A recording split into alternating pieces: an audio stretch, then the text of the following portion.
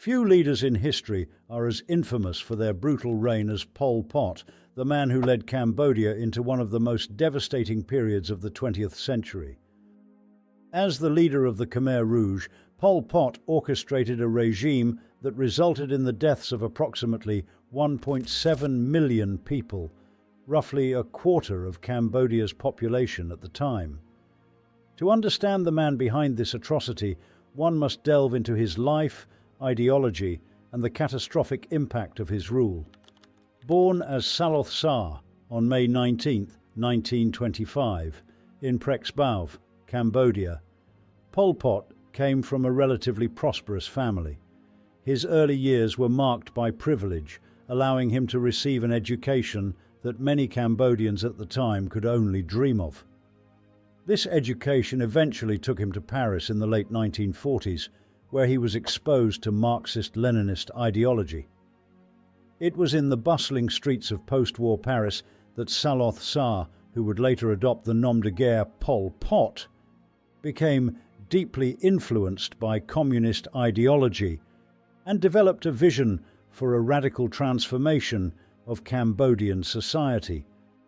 Upon returning to Cambodia in 1953, Pol Pot joined the underground communist movement, which was gaining momentum against the French colonial rule and later the US-backed government.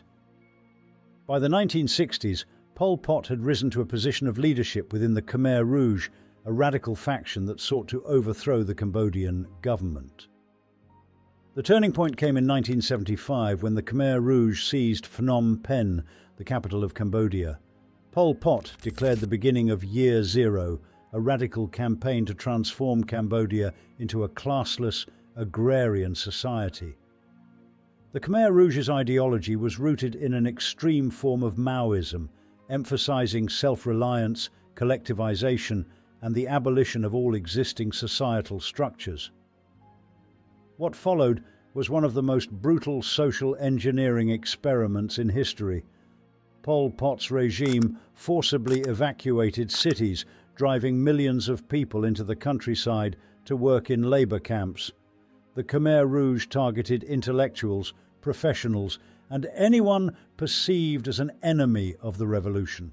Wearing glasses, speaking a foreign language, or even displaying signs of education could result in execution.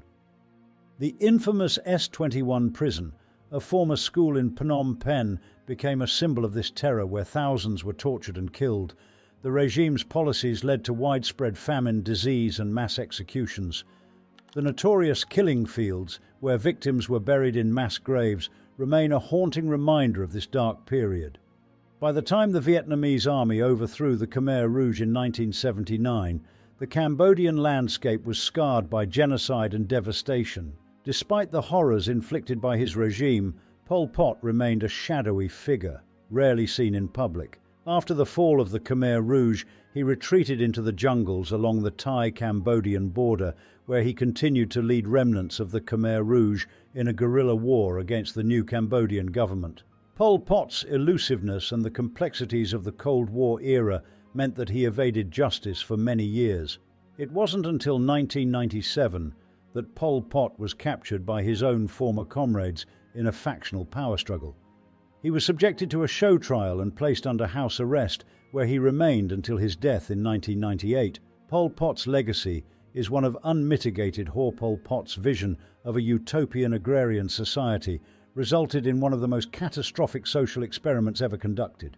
His name is now synonymous with brutality and genocide, serving as a cautionary tale about the perils of radicalism and unchecked power.